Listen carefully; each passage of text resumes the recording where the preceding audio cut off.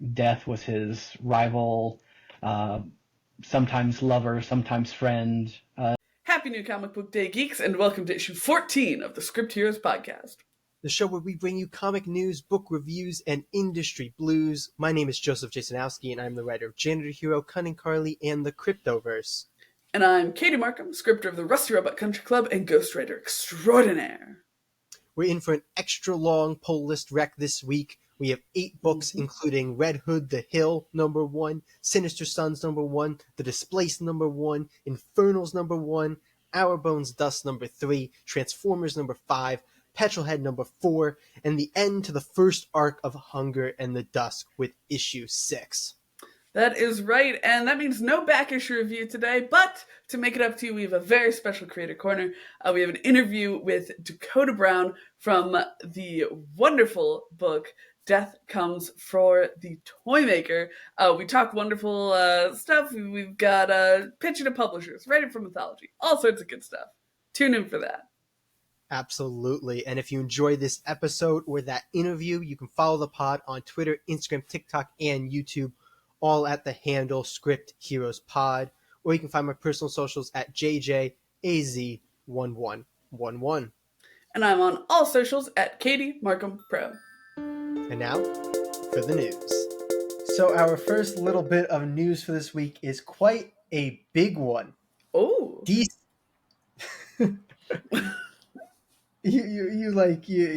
cut my flow, but that's okay. We're good. I'm sorry. Do you want to start over? It's just the timing of that came so perfectly, like as I went into my thing, threw me off. Anyway, so our first little bit of news for this week is quite a big one, actually. DC and Marvel are finally going to be reprinting their crossover comic books. Ooh. Yeah, so DC and Marvel are teaming up to print 2 different collections of DC Marvel crossovers. Mm-hmm. One is called the DC versus Marvel Omnibus, which is a little bit confusing because it doesn't contain DC versus Marvel. It has a bunch of one-shots like Darkseid versus Galactus, Punisher, Batman, Superman versus the Amazing Spider-Man, and then DC Marvel the Amalgamate Omnibus will feature the DC versus Marvel event, plus one-shots from the Amalgam universe like Doctor Strange Fate, Iron Lantern, and Legends of the Dark Claw. What's the Doom Patrol one? I really like the Doom Patrol one. I don't know of the Doom Patrol one. I know of Iron Lantern, of course. They might have teamed up with the X-Men or the New Mutants or something. But I remember the Doom Patrol one, and I remember thinking it was cute. Gotcha. But yeah, so something that I think people didn't think was ever going to happen.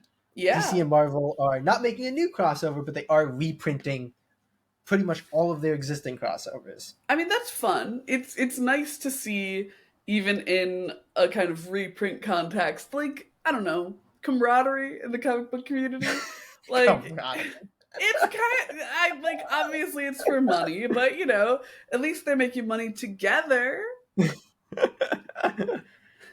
It's funny because like so many of the same creators now work about like the days of exclusive contracts are mostly gone. Like there's certain creators who have exclusive contracts at DC or Marvel, but a lot of them are jumping to and from in between, and yet still the companies are very standoffish. So this is an interesting little flow. Here's the thing, maybe it's a sign of things to come. Look, I think it's, maybe I'm just a little goober, but I think it's nice when people in the community get along. I'm not here for rivalries. Your friendship message with Katie. Competition is good for content. I mean, yeah, but collaboration is also good for content. I don't know. Have you read most of the crossovers? I read the Doom Patrol one. That is very fun and interesting. Yeah, so like you said, maybe this is a precursor for things to come. But for us, the next thing to come is the second news story of this week. So for our next little bit of news, we have a scoop on a new Black Label comic book coming out from DC Comics. The book is called The Boy Wonder, and it will follow Damian Wayne's Robin. I'm sorry, I took you on a trip there, Katie. You really did. I do apologize. Here's the little summary. It's the young Prince Damian Wayne was raised to be the heir of the fearsome League of Assassins, to follow in the footsteps of his deadly mother Talia and the Demon's Head himself, Ra's al Ghul. But everything changed when his father reclaimed him and brought him back to Gotham City. As Robin, he discovers he's merely a number of princes preceded in the role by his brothers, Nightwing, Red Hood, and Red Robin. And Damian doesn't care to be merely anything. But when his father is forced to leave the city on urgent business and a rash of abductions is accompanied by whispers of a demon stalking Gotham's dark alleys, Damian will find himself battling alongside his adoptive brothers, and in the process, learning what the mantle of Robin really means. Visionary, writer, artist, Juniba makes his mark in the timeless story of Batman and Robin, synthesizing the character's complex history into an accessible and heart-trending fairy tale. I want to point out that the flub on the name was because of a typo in the summary, and I corrected it to the actual name. Proud of you. But yeah, Juniba will be doing this 32-page book. I don't know if it's going to be a series or a one-shot, but it sounds quite interesting. You had me at Boy Wonder, lost me at Damien, and then shot me back up with the rest of the adoptive brothers being there. What an emotional roller coaster for me personally.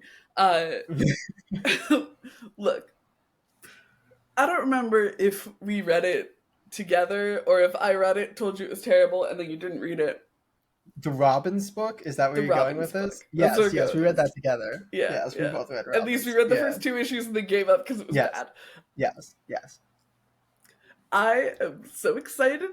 My optimism shall not be harshed by the histories of reality. I am super jazzed about this. This is the type of book that's made for me. I love them when they're just being little Bat Bros. Like, just be little Bat Brothers. It's the best. Do you want a little bit more insight here? Because yes. Bleeding Cool has found on Juniba's website from years ago, there was a pitch for a series called The Boy Wonder for DC Comics.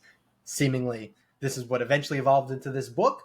So we can't say that this is for sure what's going to be it, but this is the pitch that he had put on his website. A 5-chapter story fit for a miniseries or graphic novel, celebrating the wonder in the concept of Robin by using Damian Wayne as the focal point through a colorful coming-of-age adventure with heroics reminiscent of Bruce Timm or Darwin Cook. Damian teams up with each previous Robin in turn and embraces what it means to be a Robin and what the mantle could do for a force for good beyond even Batman. So the idea there, I think, would be the issue would be him teaming up with a different one of like the OG Robins. I don't know if that's what this actually is. It seems likely. It is a little hard to reconcile a la Bruce Timm and Darwin Cook and DC Black Label. Like, I'm thinking Batman the Animated Series and then Batwang. Like, where is the marriage of those two? Well, I'm thinking like if New Frontier was made now, it probably would be Black Label, and that's I mean, fair enough. So, yeah. Look, I am have super to be just jazzed. dark. It's just stuff that isn't really of the mold. I mean, Black Label is supposedly like the for adults one, right? Like, it's the mature comics. I think it's just anything that's not like the main continuity at this point. Fair enough. I guess that was Robin and Batman Black Label. The Dick one? I think so. No, I guess because that's in continuity. That's in continuity. Robin and Batman's shit, you're right. You're right. Yeah. Yeah, well, in any case, I am super excited about this, and I'm positive that we'll talk about this on the pod. Yes. Absolutely. Yeah. That's why I felt like it was a good one to cover here. This is the next thing. We covered Sinister Sons when that was coming because we knew we were going to do that. We're covering Sinister Sons today. We are. So it works out. We move into the next DC book that we know we'll be grabbing when it comes out. But yeah. But speaking of Sinister Sons and the Robins, let's head over to the pull list rag. Extra-sized. Let's do it! Alright, gang, we have a behemoth-sized pull list for you this week. We've got Red Hood, The Hill, Sinister Sons, The Displaced, The Infernals, Our Bones Dust, Transformers, Petrol, and The Hunger and the Dusk. That is 8 books. So no waffling about today. Let's quickly run through what else. That's the largest pull list we've ever had. I think so too. I think I our think we did record before 7 was before. 7. Yeah. Yeah. So new big boy. Yeah. He's just immediately waffling about. I know. That's why I was trying to stop myself. All right, Jaybird, what else did you pick up this week? My other pickups for this week were Action Comics 1062, Daredevil Black Armor number 4, Green Lantern number 8, Rebel Moon House of the Blood Axe number 2, and Teenage Mutant Ninja Turtles 148. Ooh, getting close to that 150. Getting real close. What else did you get, Katie? Yeah, I grabbed Dear Editor number 2 because I really liked it. Batman 143. Haven't read 142 yet, but it's coming out super quickly. And Spider-Man Smash. But yeah, we decided our order ahead of time today. Not to worry, we'll still be grouping publishers. So we are going to jump right into Red Hood the Hill number 1. And you can look at time codes down below if you want to find any specific books in this sea of 8 books. Yes. Red Hood the Hill number 1. Can Jason Todd and his new allies keep his home safe? Welcome to the Hill, formerly one of Gotham's most dangerous suburbs, a place that required its residents to band together to keep themselves safe from the police, and sometimes even Batman wouldn't. Now, as the Hill finds itself gentrifying, old habits die hard as the vigilante known only as Strike works with her team to keep the town safe. But she's not alone. Jason Todd, one of the Hill's newest residents, is more than happy to don the visage of Red Hood to help Strike keep his new home safe. But a new villain is emerging from the shadows. Will Red Hood, Strike, and the Hill's small militia of vigilantes be able to keep their home safe? Check out Red Hood's Return and find out. This is coming to us from the writer Sean Martinbrough, who has written a few issues of Red Hood and the Outlaws, and has otherwise been a pretty prolific artist on Hellboy, Detective Comics, and a bunch of other stuff. The artist for this book is Sanford Green, the colorist Matt Herms, and the letterer Troy Pateri. Jay, you're a Red Hood fan. I am. This book makes me wish I wasn't. Yeah. Red Hood have such a hard time making good Red Hood content, which is why I very rarely read Red Hood comics. I feel like I often give the number 1 a chance and then just go, well, I'll wait until the next one and maybe that one will be good. And this is more of that. Like, I have no desire to read any more of this series, and I don't mean that in an awful way, but like, it does feel like it's written by an artist because the story is like given you in bits and pieces, and it's weird, and it's kind of, I don't know if I'd say it's hard to follow. You know what's going on, but it's like weird to follow, if that makes sense. Like, it doesn't feel like it has a clear direction and arc. I would say it's also like super context dependent. Like, I didn't read Joker War. Yes, I said I feel like I'm missing a lot of context. Exactly, yeah. Like, Joker War obviously is very important to this book. And then also the like current state of Gotham seems to be important to this book. And I don't know what's going on in that universe right now, which makes this a very inaccessible number 1, which is not what you want out of a number 1. Fully agree. And then the big gripe that I need to throw out is there's like no Red Hood in this Red Hood book. Right. Like, he is not even a side character. He feels like a cameo character.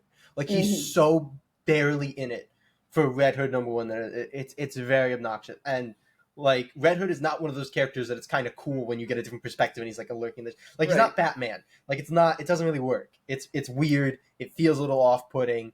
The art is fine. It's not something that I love enough to like drag a book that I'm not enjoying story-wise like into a book that I'm really enjoying. And there's not a ton going on a lot of time. Like, it's a lot of them sitting around and talking. So the art can't really carry that. Yeah, that was one of my big gripes. Is that Red Hood is very much a man of action. He has some really badass abilities in fights. Like, I mean, not superpowers, but he's not a cookie cutter of Batman when he fights. He uses a lot of other stuff, which I think can make his fights really, really interesting. And we got, like, half of a fight in this entire book. Yeah. And I'm like, that's not right for Jason Todd. My boy wants to be out in the street punching people. Let him punch people. The funny thing is, the good fight scene didn't even have Red Hood in it. It was that one where like the older woman like kills the Yeah. joking. Like that was really cool. And I was like, man, this artist could do some really cool stuff with Red Hood if they were allowed to. Like, Right. what is going on with this issue? I really did not like this. This Me was either. not a great number one. Needed context. A lot of just sitting around when the story wasn't great. So like it was a lot of And a I lot feel of like characters. it was leaning out of its strengths. Yeah, it was like leaning into the things that were worse about the issue, which is rough.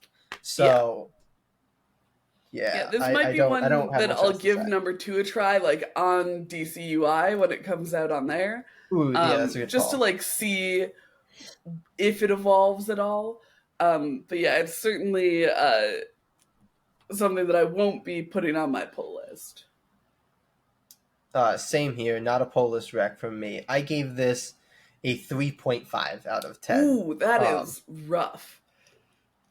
I definitely see where you're going from that. I gave it a 5 out of 10. I really liked the art, and I think that certainly helped pull it up. And if it wasn't a Red Hood book, I think I would have liked it a lot more. Like if it was just about the Hill kind of rising up against this Joker threat. So yeah, I landed on a 5 out of 10, but I don't think that it doesn't deserve a 3.5. That's super fair. But let's move into our other DC poll of the week. Sinister Sons number 1, Yes. which we have been Our so other hyped for. Sun book. Son of Batman, Sinister Sons. Yeah. It all So comes together. let's get into Sinister Sons. Let's do it. Yeah. Sinister Sons number 1. They're bad to the bone, ready to brawl, and the sons of 2 of the most deadly villains in the galaxy. They're the Sinister Sons, and the DC universe will never be the same. When the son of General Zod was cast off his adopted homeworld of New Kandor, Lord Zod runs afoul of a kid on a mission. Sin Sun is out to prove he's got what it takes to live up to the family name of Sinestro. But all is not as it seems, and the Sun's journey will take them into the heart of darkness in this sensational first issue. The writer is, of course, Peter J. Tomasi, Super Sons, Batman and Robin, and one of the best Green Lantern Corps runs ever. The artist is David LaFuente, who we talked about a ton for his work on Radiant Red. He's also done work on Ultimate Spider-Man and New Mutants. The colorist is Tamra Bonavillin, and the letterer is Rob Lay. So, Sinister Sons comes to us spinning out of the 4 backups of Wayward Son and kind of the first little bit of Kneel Before Zod. So, context for those who may not know, Sin Sun basically is in like this, I guess you call it like adoption, not really adopt, but he's in this group of kids that are this alien is kind of keeping together to steal for him and stuff, and in return, they get to live and eat food, so he's part of this group of like children that steal. It's kind of a really cool, fun thing. So he's stealing stuff to try and get creds because that's how they contribute and they don't get beaten by this giant annoying alien dude. And Sin Sun basically has this strong belief that he is Sinestro's son, despite the fact that there's no evidence of that except them being from the same planet. He was left at this like orphanage place in a little baby bassinet type thing. Never met his mother. No reason to believe this, but he does. So he's got his little like little gun to like try and get blood, and basically this all boils over eventually when the guy who runs this orphanage sees that he's been building a spaceship. Sin Sun has been building a spaceship to get off world to like go after Sinestro. So this guy destroys the spaceship, destroys his little blood gun, and he's like, screw you. He gets all the kids at the orphanage to destroy the spaceship. He's like, we're done. He takes, and then the big moment is when he takes Sin Sun's, like, he has a shock ring that's yellow. That's like his Sinestro Corps ring. And when that happens, Sin Sun loses it and murders the guy running the orphanage in a big fight. And thus, all of the kids decide to join Sin Sun as their new leader in their new junior Sinestro Corps. And on the Zod side, it's not that big of a story. It's just basically Zod has been building up this new Kandor planet. He has his own world. Little Zod, his name is what, like Larzod, right? Something like that. Lord Zod. I just Lord been Zod. calling him Baby Zod. Yeah, Baby Zod finds out that his father has built this like huge weapon, and he's like, "Why have you not told me about this? I have this huge weapon. He's like, well, it's my thing. It doesn't involve you. And he's like, no, you're weak because you're not killing people with this weapon and spreading our dominance.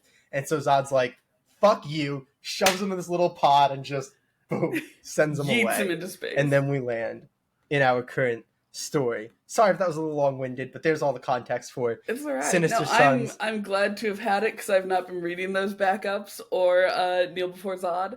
So I am. Kneel I Before am Zod's thrilled. really good. Maybe I'll check it out. Maybe.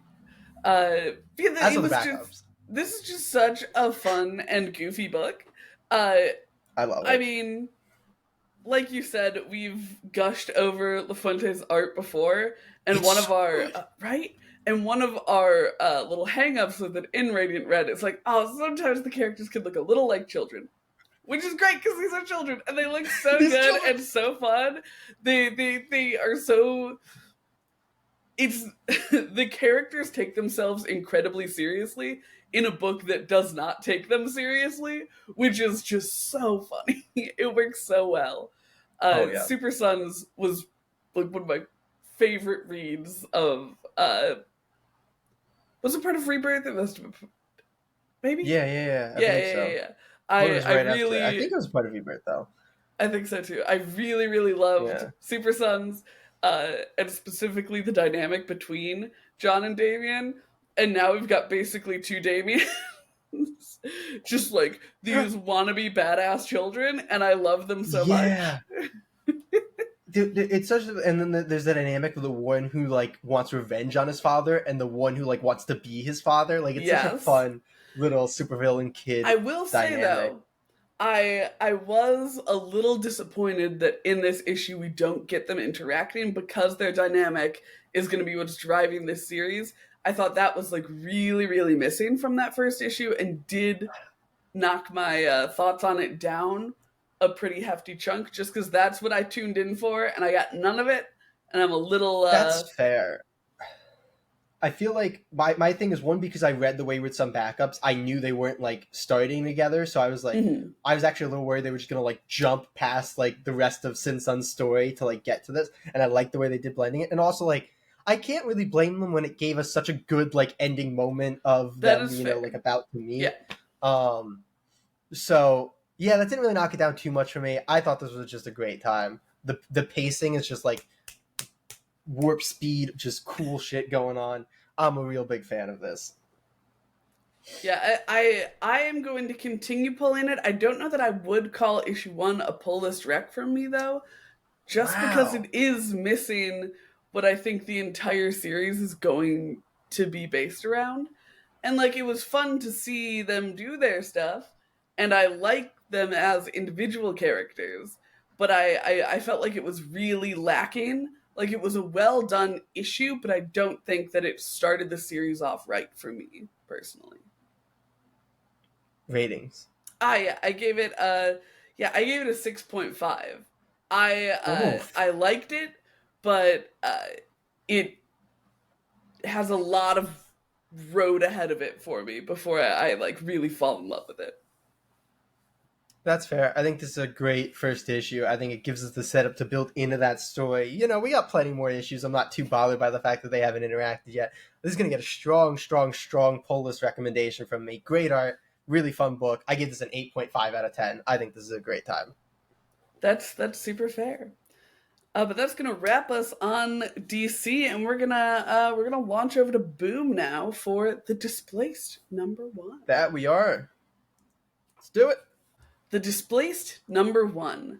The city of Oshawa, Ontario has vanished without a trace. Even worse, nobody remembers it or the 170,000 missing residents that disappeared along with it.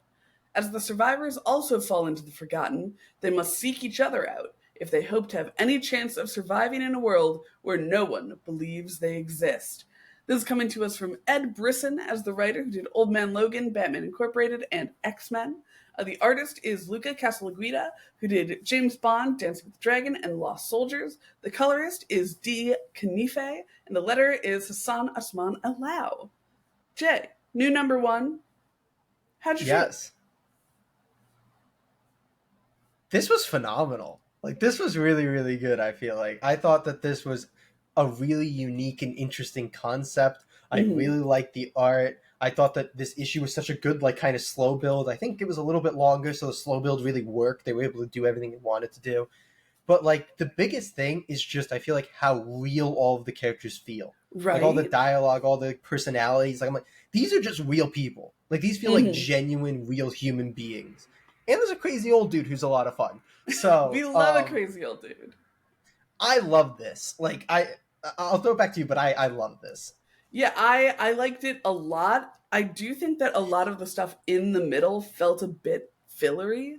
Like I came to the end of the issue and it felt like the writer knew exactly what beat they wanted to end the issue on, but then they knew where they were starting and they knew where they were ending, and they had to put a little bit of extra chaff in the middle to fill it out to get to where they wanted, which I found a bit of a bummer because I think that um, while there is a lot of really good characterization on the inside there, uh, it does it kind of builds, and then I feel like we get excitement and then we plateau, and then it's just the very like last page that gets like super exciting again, which isn't necessarily a terrible thing. I think it's just weird to have those really high peaks on either end of it with a bit of a lull in the middle. That's fair. I thought that it worked well for kind of building up the tension as they were forced to kind of go back to their normal-ish lives and like feel like what was going on. I thought it worked well. Like I was building anticipation in the kind of lulled pages, if that makes sense. Like it felt like it Mhm. was playing with my expectations and my like excitement really well. So I never really felt out of it. And the fact that the characters were so well written kind of allows those more like laid back scenes to still work really well. But I get That what is you're super saying. It's a fair. very, very valid criticism because there is this bit where like we build to something and then we get it and then we kind of get a everybody go back to your stuff before we'll reunite for the ending Yeah, again. yeah. So I fully get your criticism and Mhm. it's a very fair one, but it didn't really take away from my feeling of the book. That is fair. Like you were saying, the scenes themselves were really good. I think that I wanted more of the ones like, as mentioned in the blurb, the entire city and its residents, including the ones who weren't in the city at the time, are being forgotten. And there's a really good moment with one of our main characters when she's on the phone with someone and they like don't remember who she is. And I feel like more little like trickles That was of so that good. type of thing, right, would have been enough of a like kind of plot building to get me to the end. But I think that it really did suffer a bit in the middle in terms of like what the book is about instead of just That, yeah, enjoying it. that's super fair. That's super fair. I really did kind of just not feel it as much, but it was there. It was there. Yeah, So that's totally valid. yeah, do you have anything else you want to hit on here? No. I also really like the art. We didn't mention it at The all. art I was really think really good. that the characters are like super expressive and unique, and it's Agreed. stylized without being like distracting. If that makes sense. I Yeah. like it. It makes it The feel very unique. yeah, a lot of the like bigger kind of like there's a lot of good like stillness in there up until like impact moments of like Hmm. right before the cars collide, like it's just this nice little and then right before there's this explosion of the bus, which by the way the whole way that scene was built was like what is this Yes. old dude doing, why did he just blow, and then into the big opening of the book where the city fall, I was like that is just some masterful pacing Hmm. and some masterful build both on Oh artist yeah. and writer end, and it's part of why I love this so much. This is a series that I'm really excited to keep reading. You made a great call adding this to our poll list kind of last minute ish.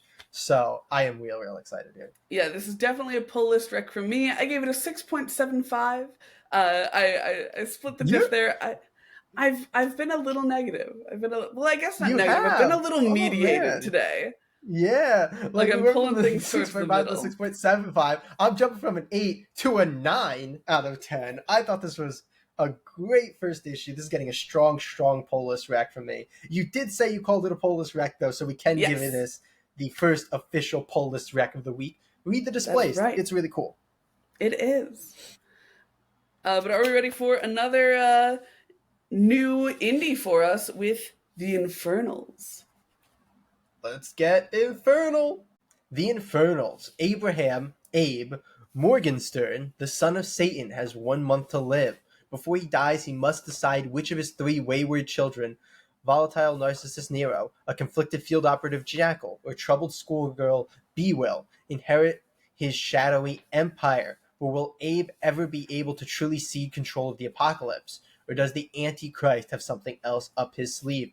We have 2 writers on this book. Ryan Parrott, who's done Rogue Sun and Power Rangers, and he's co-writing it with Noah Gardner, who this is his first comic work. He's a screenwriter, typically.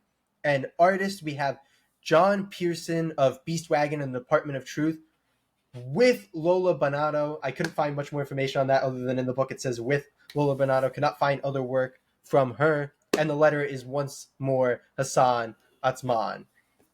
I'm sorry, Hassan. But yeah, Katie, how did you feel about the Infernals? This was your ad for the week. The Displaced is mine, which is super funny because I adored this. Like, this, I was super skeptical at first, mostly because of the art. It's like this very beautifully rendered, like, kind of painted style. I was like, I don't know.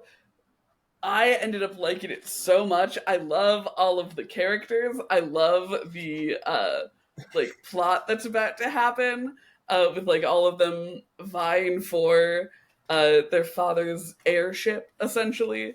I think that they're all super well characterized, and there's just so much interesting stuff going on.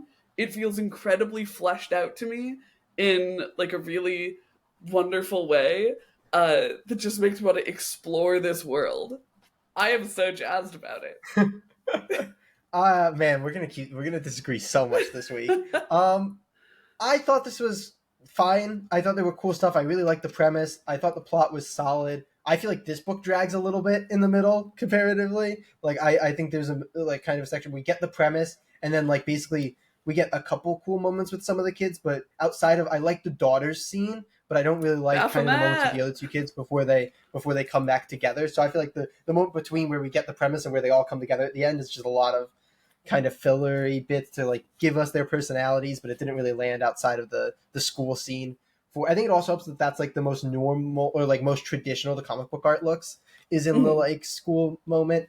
I am with you or like in that I was skeptical about this art, but for me, I land on the other side. I think it's beautiful. I think you can take any individual panel and like put it up and be like, this is really good art. I don't think it works very well for a comic book. That there is fair. is a distinct lack of motion through it. Like I don't really feel like I feel characters moving. It feels a lot more just like snapshots. It doesn't really feel like there's much continued motion or like, story progression, because like there's things in certain panels that like tell part of the story, like with the tone and stuff, but it doesn't feel like there's a motion of story through the panels, I can which really that. holds it back in my opinion. That's my big thing, is like just the art is beautiful, it's gorgeous. I think it made great cover art, make great posters and pinups. Doesn't really work for a comic book for me. I hear you. I think that if it was more of a, I guess, movement-based book, I would have that problem. Like, if I saw this in some sort of action scene, I could get behind you. But I think it actually worked really well for these kind of, like, very still, kind of tense scenes. There's a moment where Nero pushes someone off a roof, and I think that was also done very well. Like, we have just that kind of aftermath shot, and it's not a scene that, like, requires action to understand what's happening, because the important thing about it isn't that movement, it is the outcome. So I was here for it. I think it was effective in a book like this, but I can definitely see what you're saying about it not being the most sequential art in a medium that is sequential art. Yeah, like that's really the vibe. Like I get what you're saying, that like this plot doesn't like in my mind that just means like this book suffers less for the fact that this thing that should be in a comic book isn't there. It's like if the lettering was really bad in a book that doesn't have a ton of captions. It's like it's better, but like a comic book shouldn't have, poor lettering, Not that the art is poor, but I just don't think it works, Right. in the way that it's intended to in this medium. So that's my feeling on it. I still thought it was a solid book. I'm definitely intrigued, but Will you call it a it's hard pull list for me to give rack? I wouldn't, because it's hard for me to like really give it when like I just wasn't enjoying a lot of the reading it because I wasn't enjoying the art. Hmm.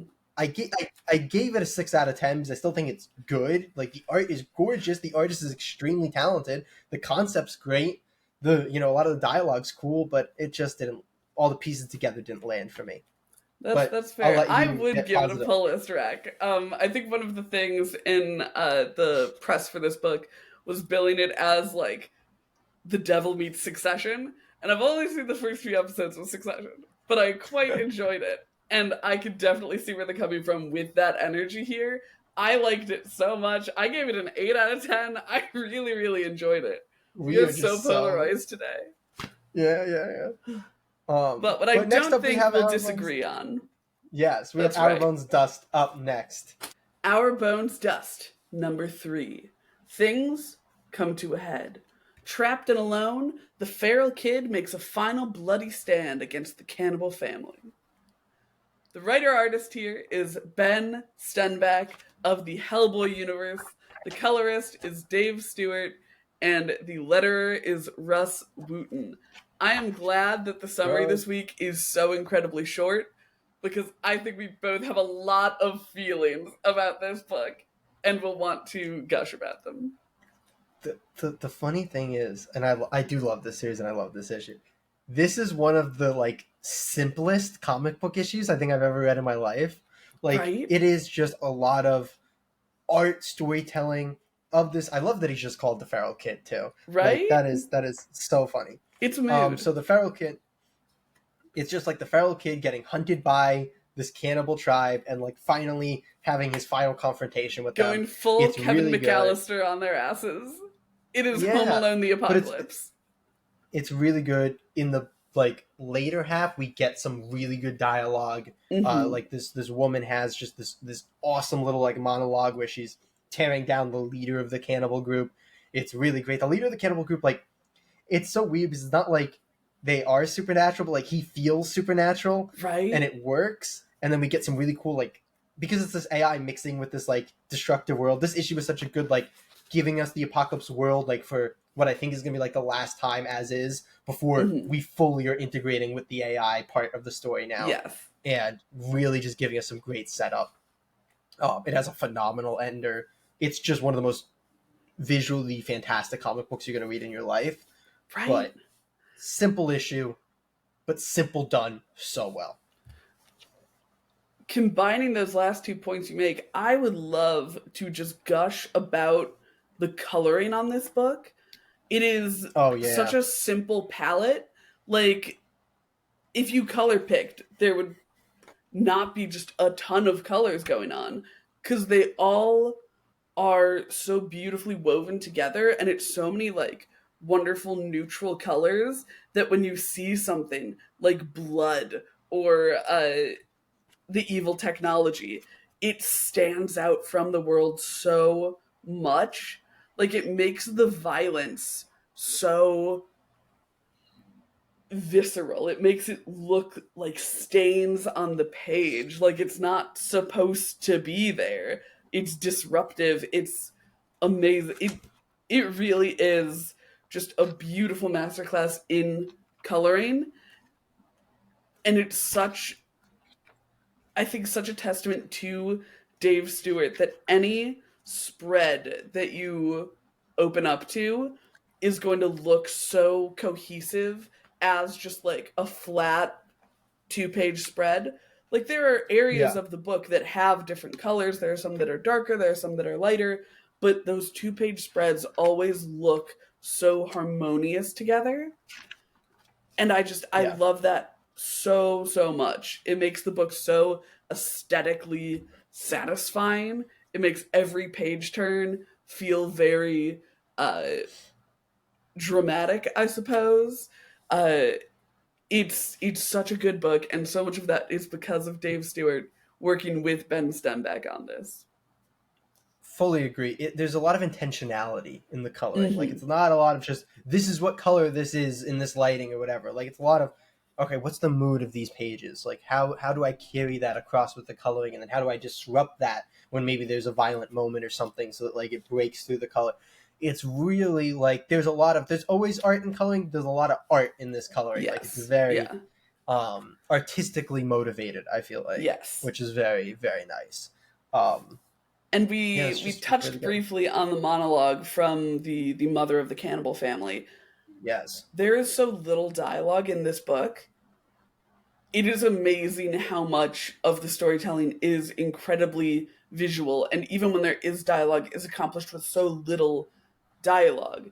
Like that monologue is probably the longest spread of a character talking that we've seen, and it's still only like a few sentences, really, and it carries Just look at so much. Look at the characterization that comes in just that Right, image of the feral child. It's beautiful. We can see so much. It's such a. It makes sense because he's a writer artist, but the storytelling in the words and the storytelling in the images, there is no. There's really no difference between the two. You're getting as much from the image as you are from the words. Yeah, and there's so much intentionality in like the sequence. We have her speaking, and then when she speaks about how he kept the group alive, there's an image of one of them dead. Mm-hmm. And it's just, you get the intention behind the words, even with their, broken speech that they all speak in, which is just really adds so much personality to the world. It's Right. really, there's sometimes everything just comes together and you're like, these people know how to make a comic book, and everything they're doing is intentional and it's well done and it's really enjoyable. Yes. I gave this a 9 out of 10. I think that this is a fine pull list rec. Like, the other two books are also beautiful and wonderful, but I don't think you'd be lost picking up just this issue. I'm going to agree with you on that front. I give it a pull list rec too. I think that you absolutely can pick up here. I feel like because there's a little bit of a simpler issue, it doesn't propel a lot of the main plot forward as much as the last issue, which I absolutely thought was like a top tier, one of the best issues you'll ever read in your life. This was really, really good. Not quite going that high. I give this an 8.5 out of 10. Really, really good. Really, great comic really book. good. Simple. So, simplicity is nice here, but very simple. Wonderful. Well, going from one writer artist to another with Daniel Warren Johnson, you ready to talk Transformers? Yes. Transformers number 5. Let's roll out. Transformers number 5. Starscream revives one of the most powerful Decepticons to eliminate the Autobots once and for all. The writer-artist is, of course, Daniel Warren Johnson of Do a Powerbomb, Wonder Woman Dead Earth, Extremity, bunch more awesome books. The colorist is Mike Spicer, and the letterer is Russ Wooten. Katie, how did you feel about Transformers number 5? You've been up and down on this series, so I'm interested. I've been up and down on this series. I mean, come on, the colors, the action. I still have my problems with identifying the various robots. This issue felt particularly difficult to me. Yeah, but we did get a new and very distinct looking one, a pink sports car named RC, who I already like so much, especially because I can identify her on the page. Yeah, Cliff Jumper remains just an absolute highlight. He is such a little goober, but also such a bro. I love him. Yeah, we are racing towards the end with this issue. We're going for like a big confrontation with the Decepticons. I will say that does make me a bit bummed. I know that Spike is like in a coma, so it's not fair for him to, for me to want him to be here, because he was shot and is in a coma in a hospital with no electricity. But it is a bit of a bummer to have dedicated so much emotional weight to him and then not have him there. Yeah, it's an ongoing though, so characters will always, have the time to come back. But it's very fair. That's fair. Yeah, it's very beautiful though. Like, yes, if Arbom's Dust has the perfect example of like a limited and simple color palette.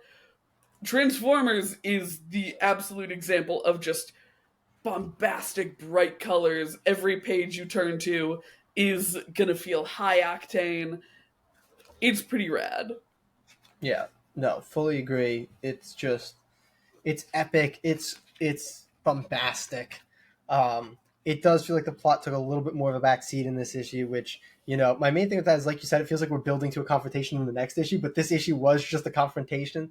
So, Yeah. a little bit of, would like a little bit more of those story moments, but it's still really, really good. And we get some cool story moments in the very, Mhm. ending of this book, I feel like.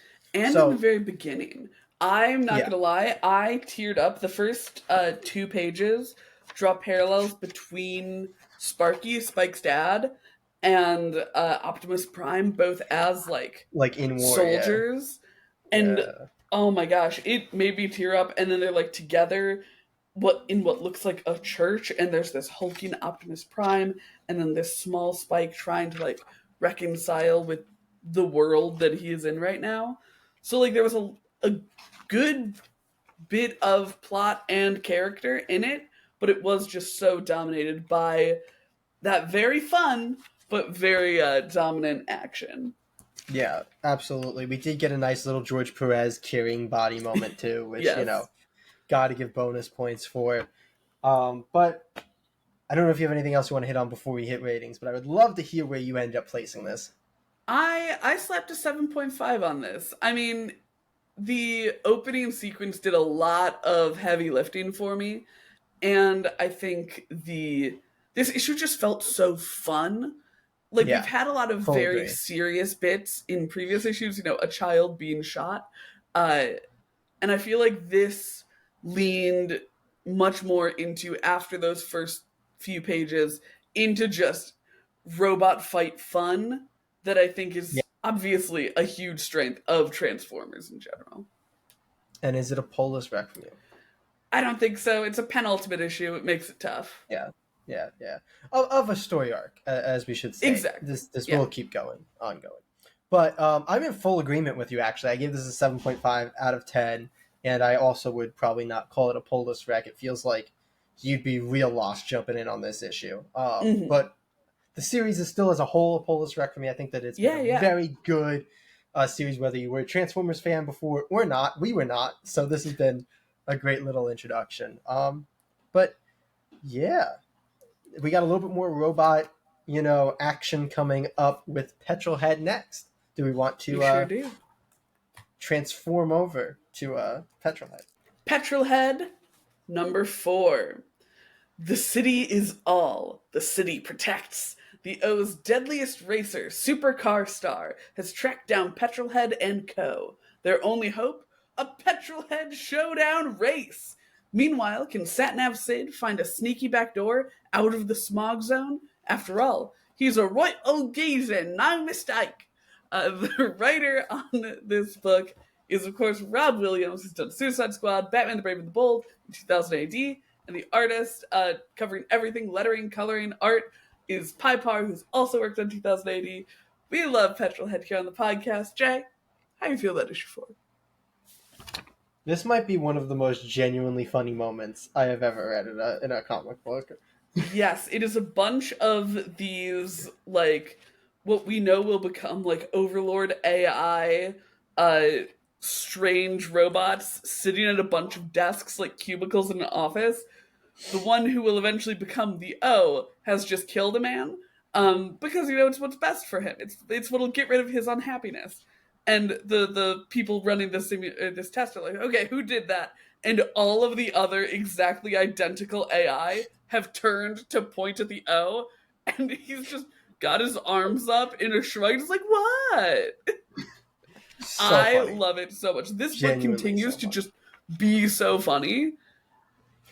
And Oh my yet, like, gosh. the stakes don't really feel like they're undermined by it at any point. Like, Right? it feels like the book knows when to be serious and when to be funny. Mhm. Like, it's very good at adapting the tone to the scene. There's a lot of great moments in this issue. I really, really, really like this issue of Petrolhead. getting the origin of the AIs is really a great thing to get here. And then we get this bit with Hybrid, which of My course ends up boy! with Petrol kind of just sacrificing him, which is, Yeah! you know, maybe he'll win. No, he won't. You know that. Maybe he'll But win! and then we get another hilarious moment of like, just the gonna outbreak her good. You know, it's like I'm better at breaking, and you know, Petrol being like, And maybe you should better have a at strategy baking. other than just breaking. Yeah, but maybe you should have a strategy other than just breaking and just Hybrid in his own head. Gonna outbreak her good. He's like, all right, So, I guess that's your one strategy. very think funny. every single character that has popped up in this series, I have just fallen in love with right away. I feel like they're all so. They all take themselves so seriously, and that makes them so funny when Petrolhead is like actually this like badass hulking robot, and you see Hybrid, who's like, wait, yeah, I am really good, but also my cookies are so good, and he believes that so fervently.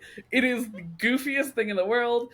Everything that Dave does is so so goofy. Everything. I was gonna get to that. I don't know if we think should that get to that, but you know, exactly. yeah. I'm gonna allude. give a little tease. The book does such a good job of making these characters so like every single one of them you care about. Like I care deeply about whether or not Hybrid is gonna win this race against Supercar Star. I care deeply about everything that happens to everyone now that Lupus dad is gone. I don't think we're gonna see the race.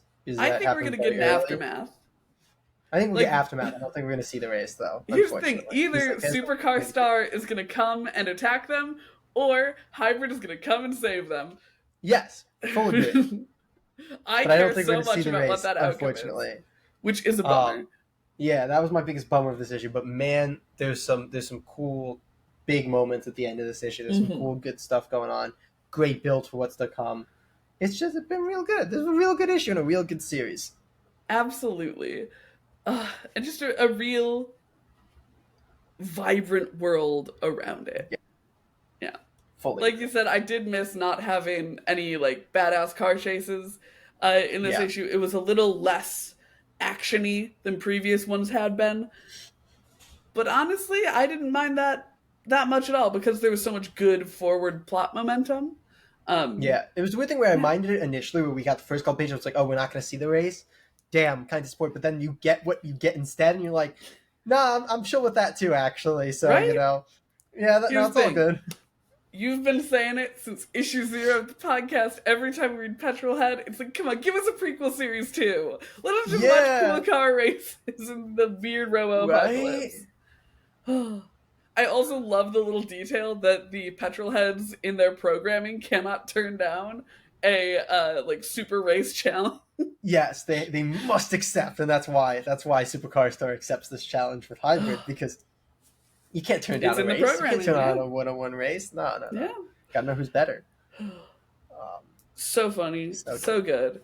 I love this book Yeah. so much. I gave this Same. issue an 8.5 out of 10. I think it's a real return to form for our boys on the book. How'd you feel? I give this a 9 out of 10. I really like this issue. I'm debating on if I should call it a pull list rack. I'm gonna say no. I think we're a little too deep into the story at this point for you to pick up on issue 4. But I would absolutely pick up all of the issues and continue reading. I'm going to slightly disagree with you on that. I think because of a few lines of dialogue that Lupa has, you're caught up on the plot of it all. There's, of course, some missing pieces about, like, who Hybrid is and stuff like that. But again, I feel like they cover their ground pretty well. Like, I fully think that you should pick up the other 3 before reading this one.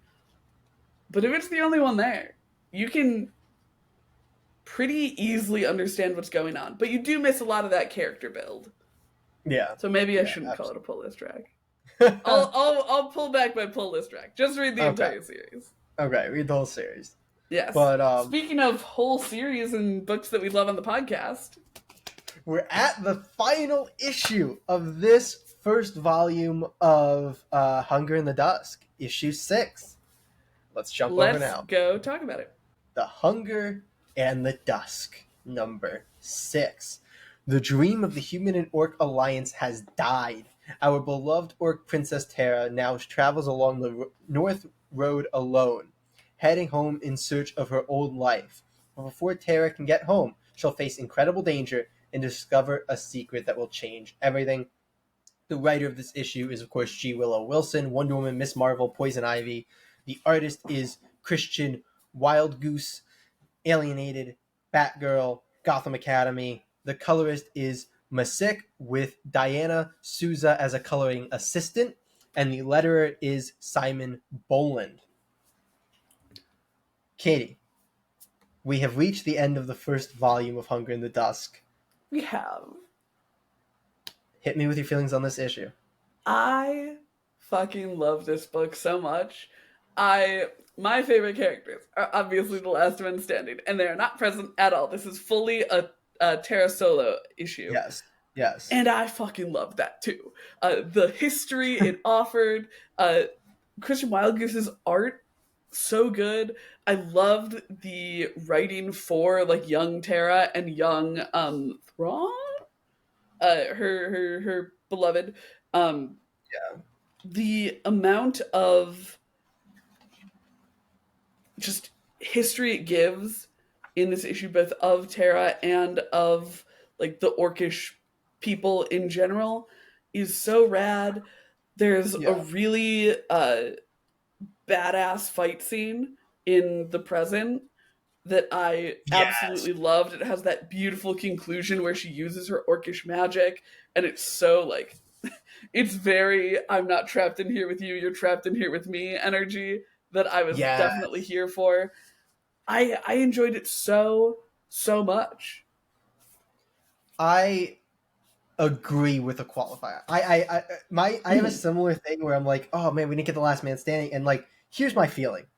I feel like this issue suffers from the way that modern comic books are released, in the sense that this is now like the end before a gap, before another volume. Fair. Because I don't love this as a volume ender. I feel like if this was a traditional ongoing, in which we got an issue every single month, this would be one of those issues you go back to and you're like, damn, this was a standout issue of this series. But to not have like an entire, half of like the group of the main characters in the volume ender, and have it be such a close issue that gives us history that's awesome. And like, I love getting this history. It's so well written. It's so well done. Everything with Terra as a character, she just gets even better as a character in this issue. It's phenomenal. But as a volume ender, it just feels a little bit weird in its placement to sit here. When I originally read that end thing that said next summer, I was like, this is awful for the last book for a year and a half. Then it said summer 2024, this and I was summer, like, a little bit better. Yeah. But I still don't love it as the volume ender because it is so close and so, I don't feel like the plots move forward much at all. Like, she does make a big discovery at the end, but that is like in that one page, So like, I don't feel like we really propelled the story forward. That being said, it is a cliffhanger that grabs me. I do think it's a phenomenal issue. As a volume ender, it just feels a little weird to me. Are you ready for my hot take? Go with hot take. I actually think it's a phenomenal volume ender because of the way that it now makes me think about the arc of the volume as a whole. Because obviously the Vangol are a huge problem, and that's like what we're fighting. But the end of the last issue was the disillusion of like Terra's alliance with the last man standing. And I was like, okay, how are they going to like wrap this up in an issue? I am actually really glad that this is how the volume is ending, that the arc for the volume is the like rise and fall of this orcish alliance, because otherwise I didn't love the last issue as much as I wanted to, because I was like, it feels like a weirdly conclusive thing to have happen in your penultimate issue. Having this as the volume ender, it reminds me a little bit of, and I will say not to the same great extent that he did, but it reminds me a little bit of the like Val special and Blacktop Bill specials that we got with Noctera from Scott Snyder. And it specifically reminds me of the Emery one from the last volume of Noctera, where it offers like additional context and additional important information, but isn't necessarily like necessary to the volume. Like if I look at issue 5 of this, I don't think it's a bad ending. And so having this as That a bonus wasn't as yeah, bad.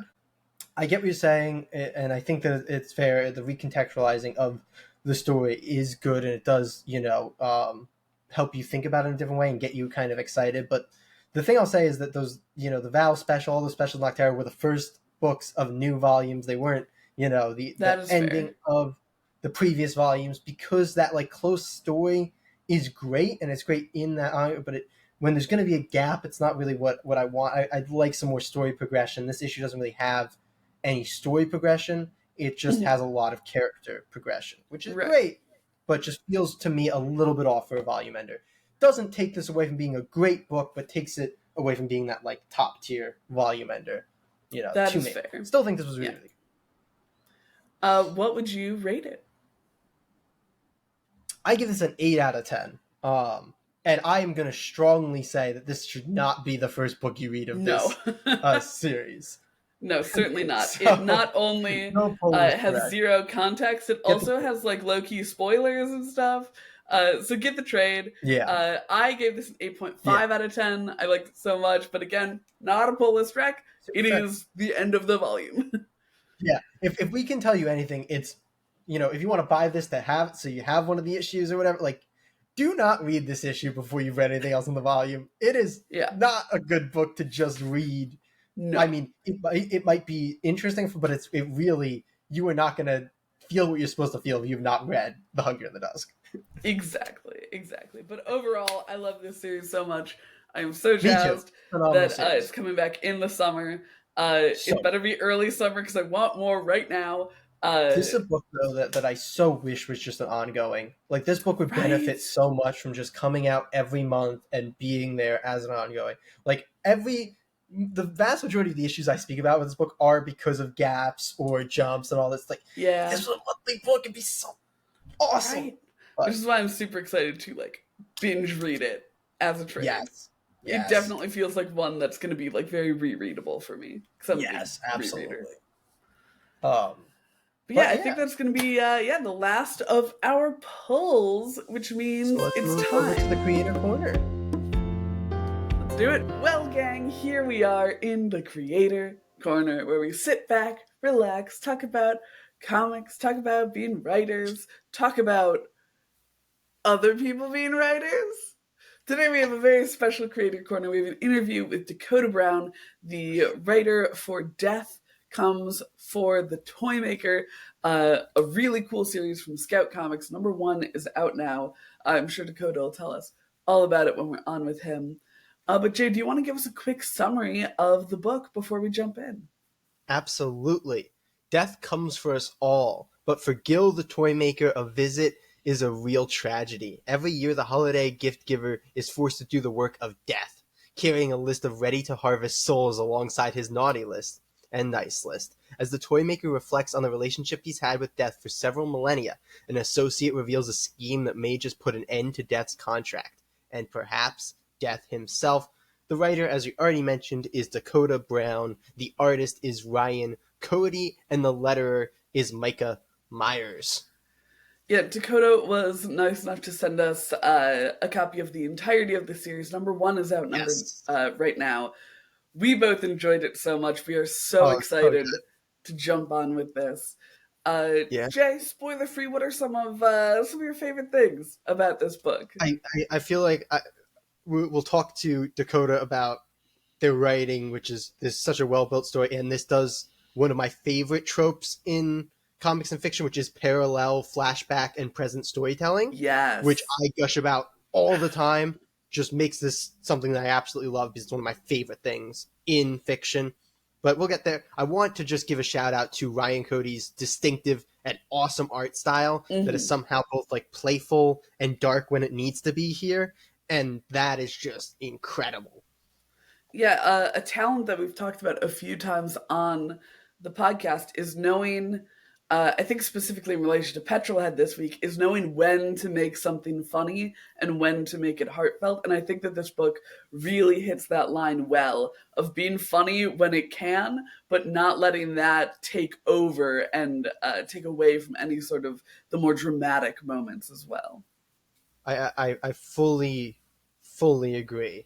Honestly, like, it's such a little bit different, little bit twisted, but it's got that mythological, that kind of, Mhm. undertones of these different fantastical elements. It's kind of like a Hellboy universe type story. Like, A little that's bit, a little how I bit. think of it. This is a team that if they were thrown on a Hellboy book, I would not blink twice. It would work. This feels like in that realm. It has distinctions. It has its I want uniquities, you to but respond to me it as soon really as you hear is the next word I'm that gonna kind say. of a story. And as somebody who loves Now. that kind of a story, Wait, the we've word talked about was how much we now? love those kinds Yeah. of stories. Okay, This was we'll awesome. go again. We'll go again. Yeah. Well, You I think we understand, both really enjoyed reading this. Obviously, glowing reviews already from the two of us. But, why listen to us when you've tuned in to the Script Heroes podcast? Let's take it over to an honorary script hero, Dakota Brown. Let's do it.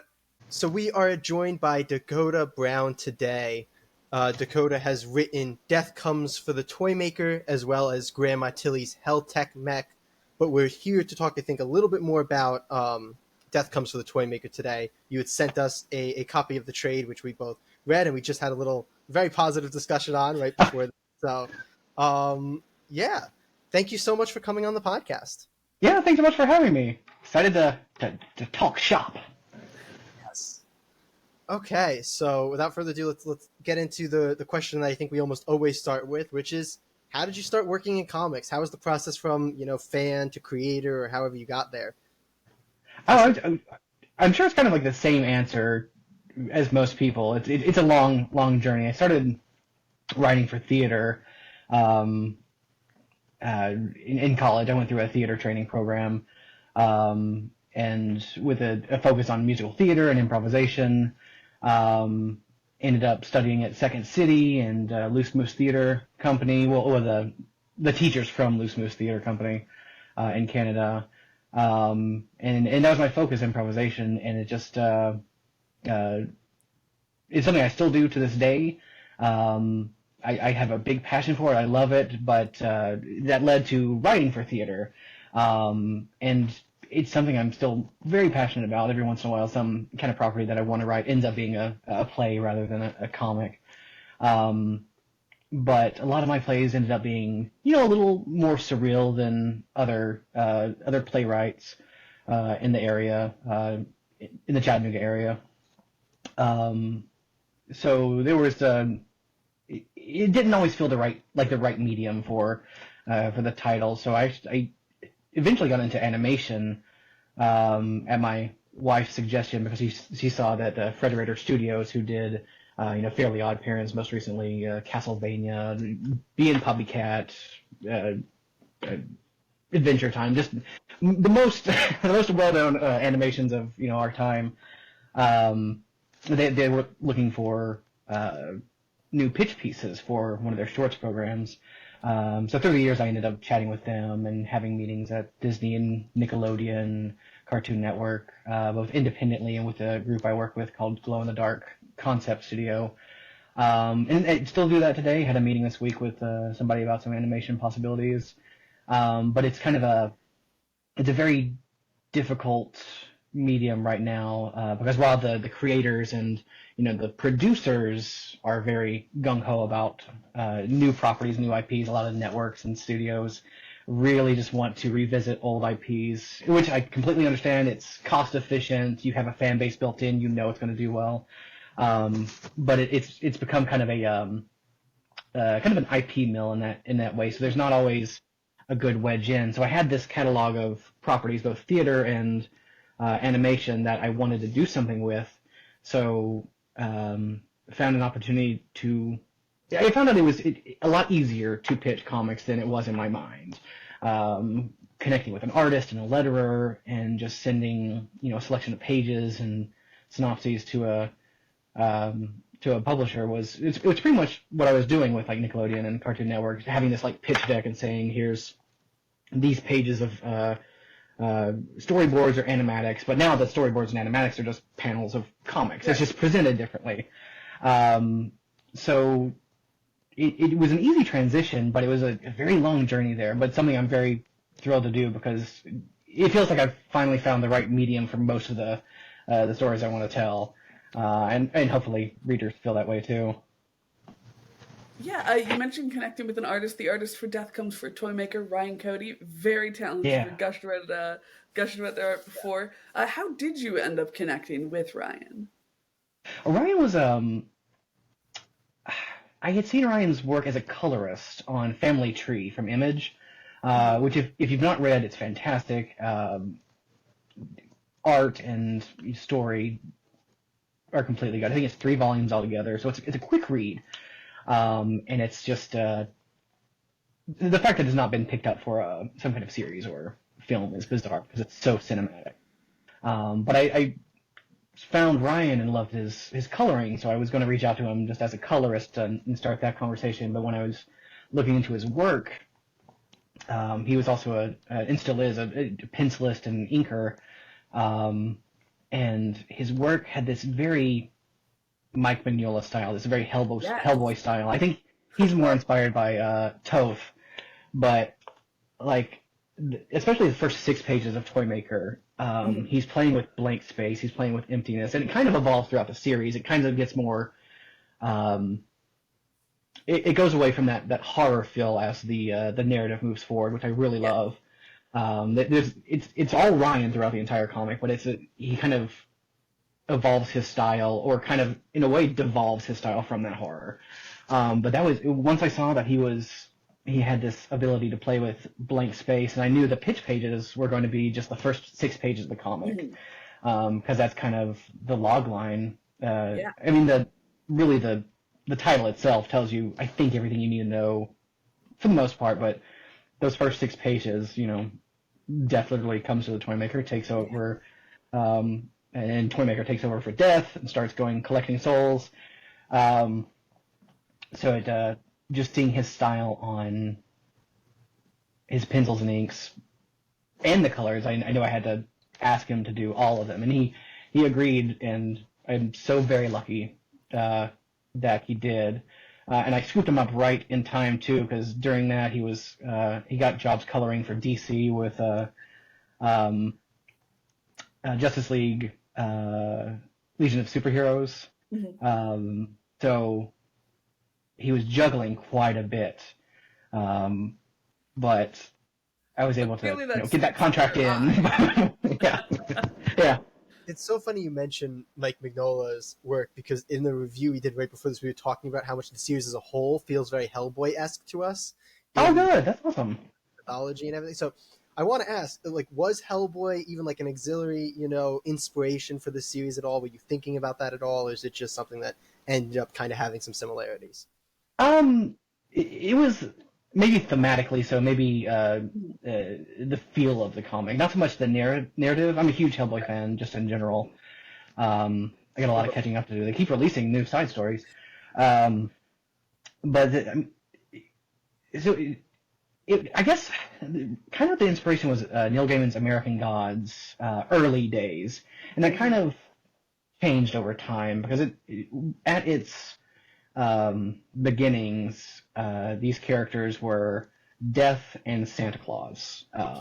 Obviously, at the end, yes, we have a Death character, but it's not Death, and we have a Santa Claus analog character, but it's not Santa Claus, it's the Toymaker. What it originally was going to be was this amalgam of all religions, folklore, mythologies, but it quickly became evident that 6 issues, which I had to cut off. It had to be at most 6 issues. It wouldn't be enough to deal with that, and I wouldn't be able to do every folklore justice and give them either the time or attention that they deserved. And honestly, it felt after a while like I just was copying Neil Gaiman. It was very American Gods and Nancy Boys. It was very much just this journey through all these folklores. But in that process, I discovered a real passion for Babylonian mythology, and that kind of became the crux, because I knew I wanted a world built from that original story from Babylonian, and then there would be other folklore sprinkled in. So we kept that. I think if anyone's read the first issue, it's not a spoiler. The Toymaker became, Gilgamesh, king of Uruk, and Death was his rival, sometimes lover, sometimes friend, Enkidu. And then it became just a matter of balancing the new folklore that I wanted to write and finding a way to include as much of the original as we could, because it's hard to find one set story of the Babylonian mythos, because it's splintered throughout several cultures. There's different versions, but I think we found me and I suppose my editor, Andrea Molinari, who's a literal religious scholar, who was able to kind of wrangle in and say, well, if we're doing it this way, we have to do it that way. So hopefully there's a really nice balance, certainly for people who haven't familiarized themselves with the Babylonian mythos, because it's unfortunately very forgotten. Yeah. No, it's really cool that you found that, because one of the things that I was going to ask is that there's not a lot of media that focuses on Gilgamesh and the Babylonian and Mesopotamian gods. It is so like cool and almost introductory. Like it's we all know the Epic of Gilgamesh, the first book, all that good stuff. Yeah. And so seeing it brought into this like modern storytelling context was so rad. So were you did you have like a passive familiarity with it? Was it really just in research for this book that you kind of fell in love with this mythos? Yeah, a little bit of both. Because, like I said, it's such a forgotten mythos. I mean, in my high school, we focused on Edith Hamilton's mythology, which I think every high school does. So you get a lot of Greek and Roman, but so much of just religion and folklore comes from those stories of Babylon. I mean, it's the first instance of the Great Flood is in there. The first instance of the introduction of Lilith as a concept comes from Inanna in the Hulapu tree, which our version is Ishtar rather than Inanna, because we're going with the Akkadian. We're doing the Sumerian family tree with the myths, but the Akkadian names for various reasons.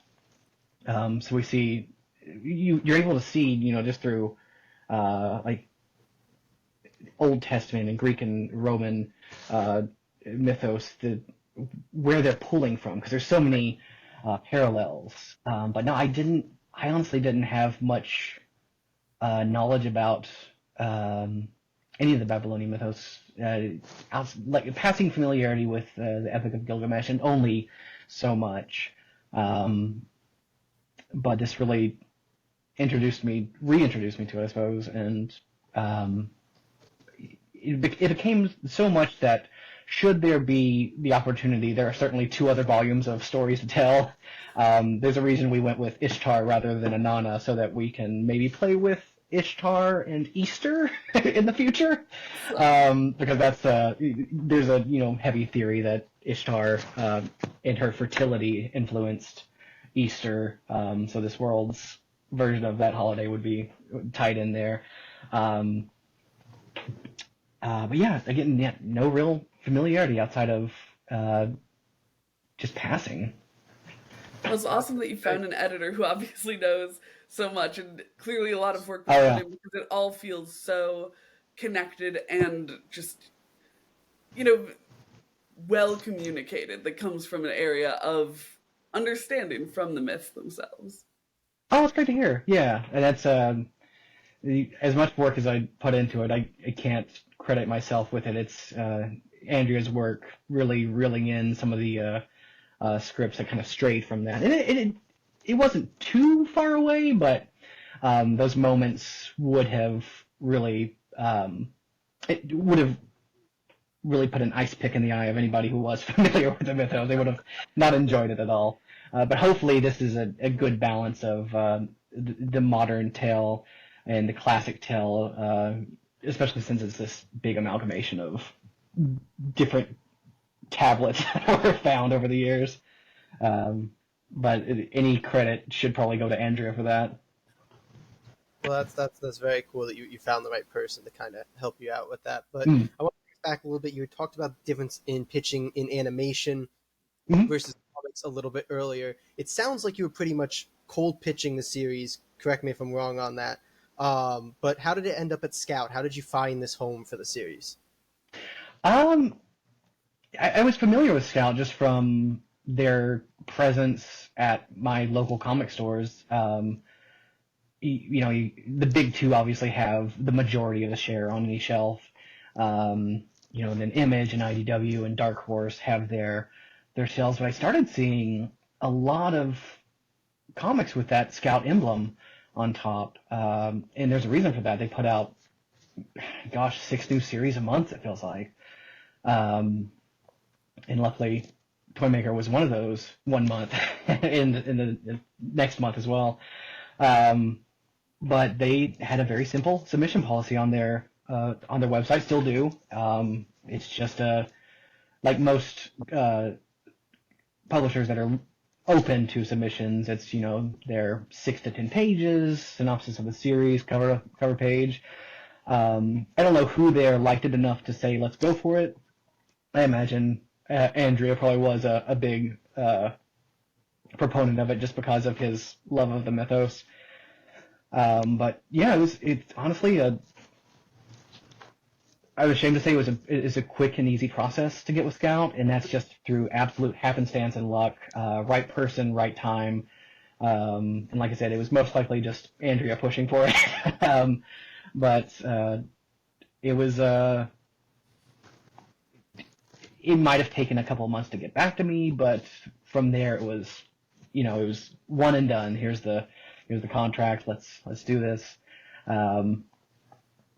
But it's cool to be part of this publisher that's actually like it's definitely creator owned and it has that indie feel. But you also have that support group of a team that knows how to get comics on the shelves. And it's in no way is that more legitimizing than having a successful Kickstarter campaign. I tried to kickstart Toymaker and it didn't work out. But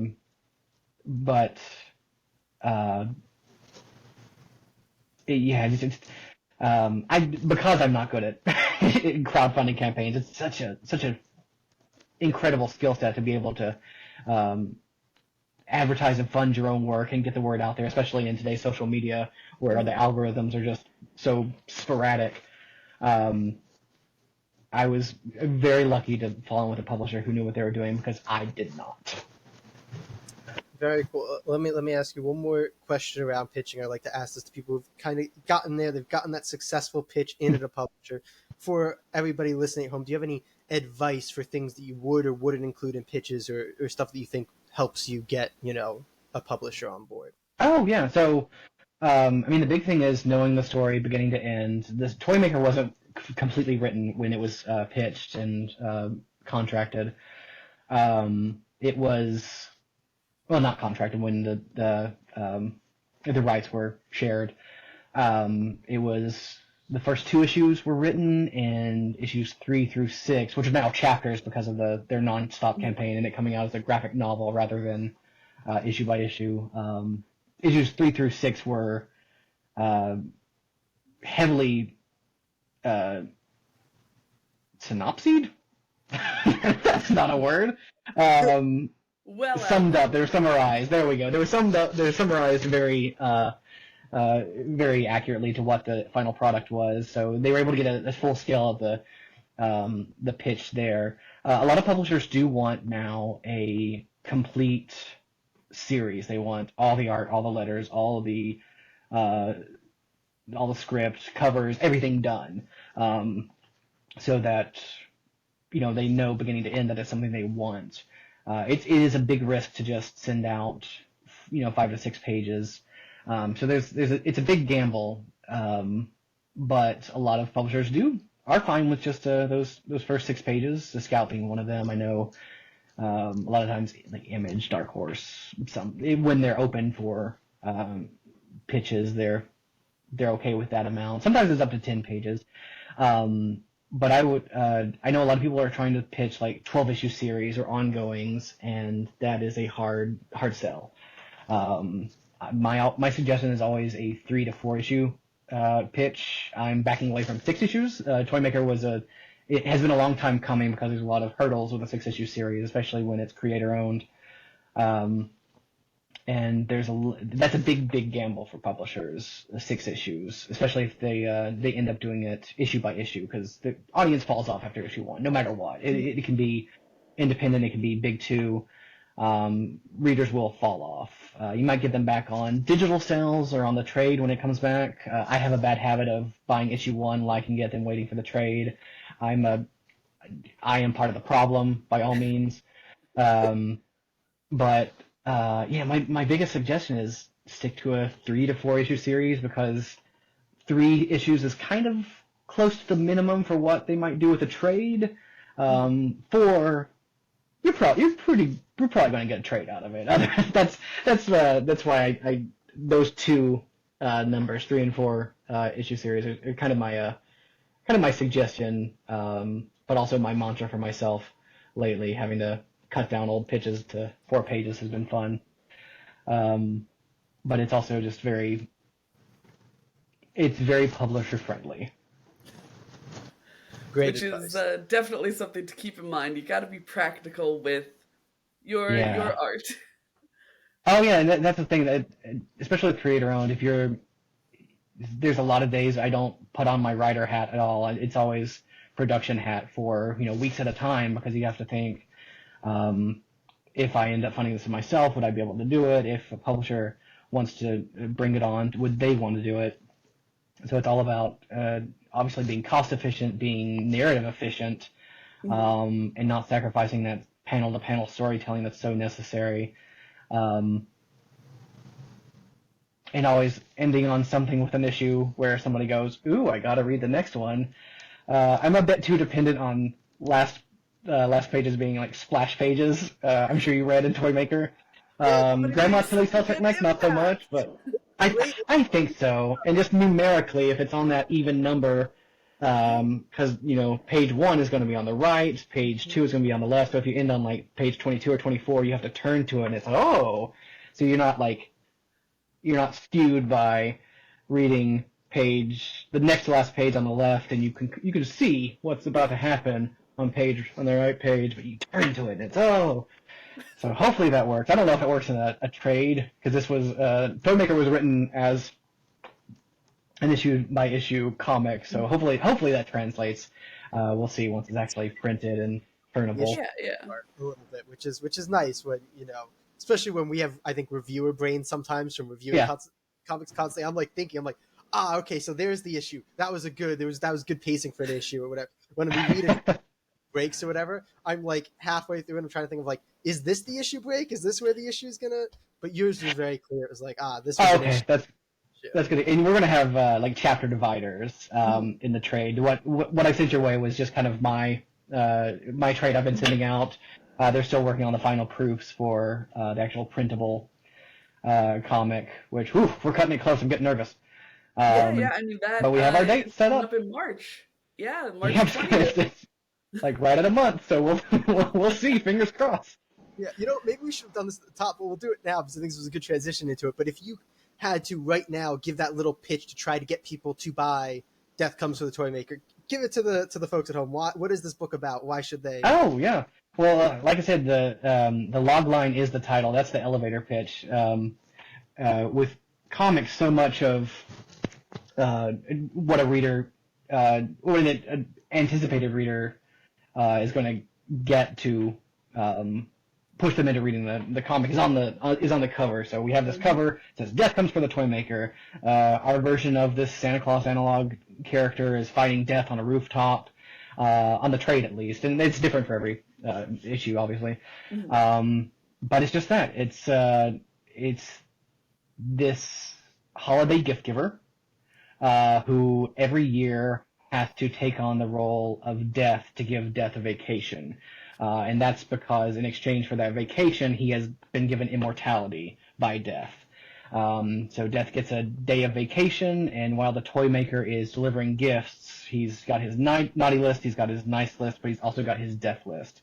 So there's this awful balance he's having to do where he's, emptying his bag of presents, but at the same time he's filling it with the souls of people who he has no say in whether or not they live or die. There's a list, there's a contract.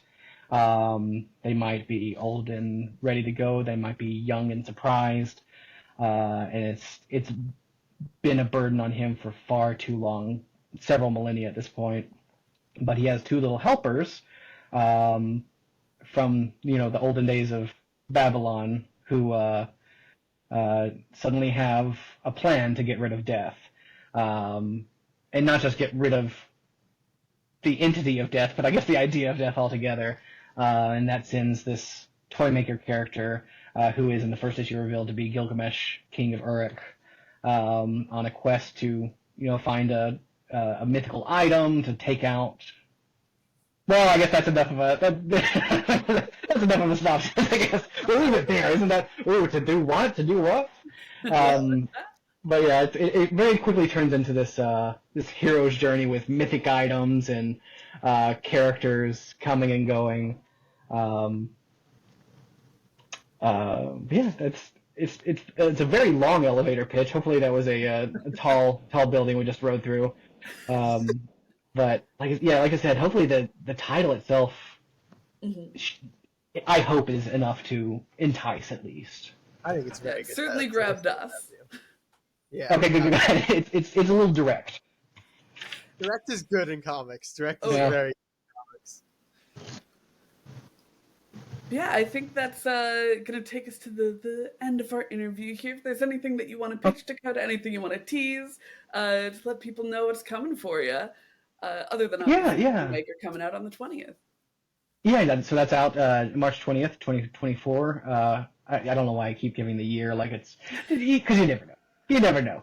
But at the moment, it's coming out March 20th, 2024. It'll be in your local comic shop. If it's not, you should be able to order it at Barnes & Noble, whether in stores or not. Depending on the store, it might actually be physically there.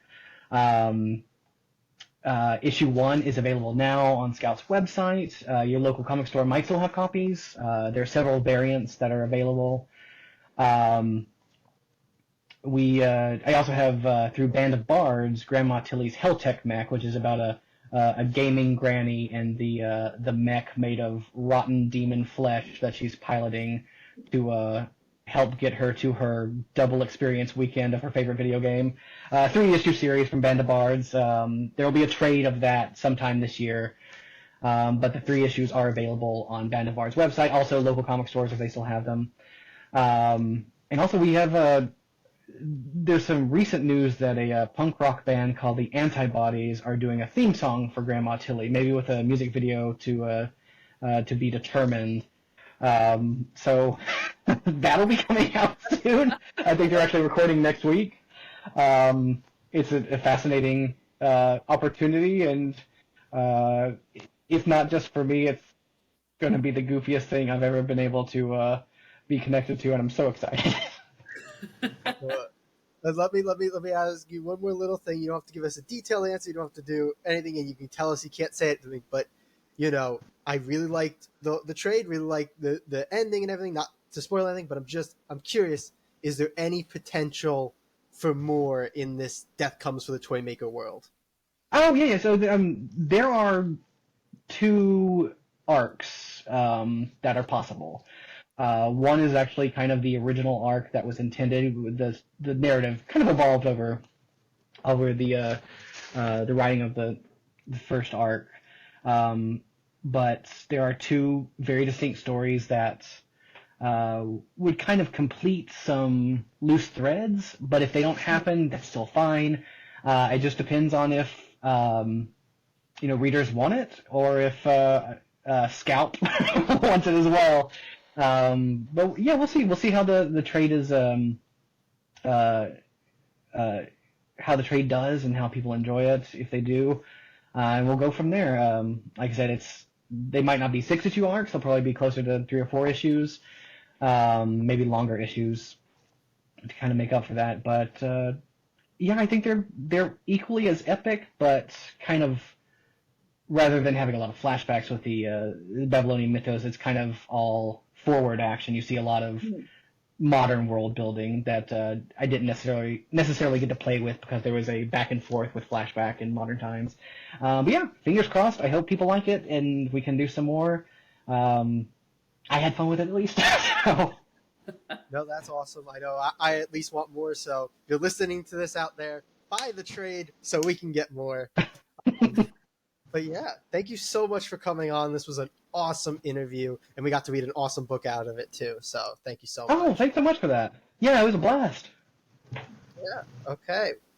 I think that's going to bring us to the end of the interview.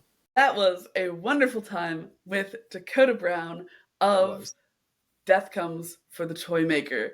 If you want to check out Dakota, you can find him on Twitter at Dakota Writes or on Instagram at writer Dakota Brown. Yeah, well, Jay, I have so much fun doing interviews. Yeah, no, it's a good time. It's great to get other creators' insights because people probably get sick of hearing our advice at some point. So it's great. I'm sure they don't, right? Oh, yeah. But the good folks at home, what our polls for next week are going to be. Yes, absolutely. Next week we are back to our normal format. We've got Lotus Land number 4, The Six Fingers number 1, that's the tie-in to the One Hand, which we talked about last week. Titans number 8, Ultimate Spider-Man number 2, and Zorro, Man of the Dead number 2. Awesome. And you've got a back issue review for us. I do have a back issue review for us.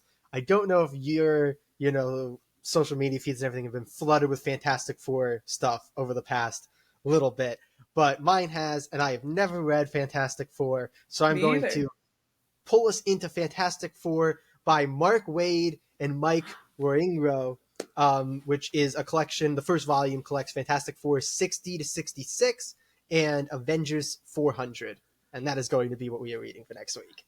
I mean, we are new to Fantastic Four, but oh boy, are we not new to Mark Waid. I am thrilled about this.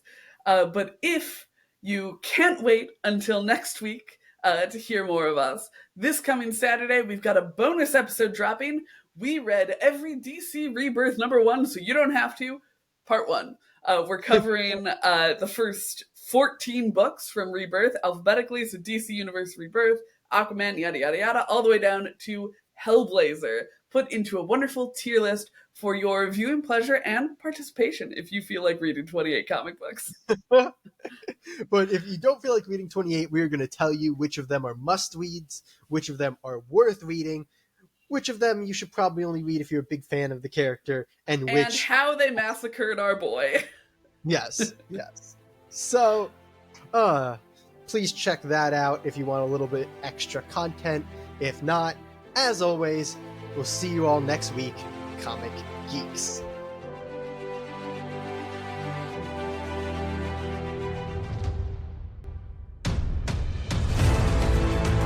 I forgot how I usually intro the news. Give me a second. I think you normally say our first little bit of news this week. Yeah, that sounds about right. So our first little bit of news for this week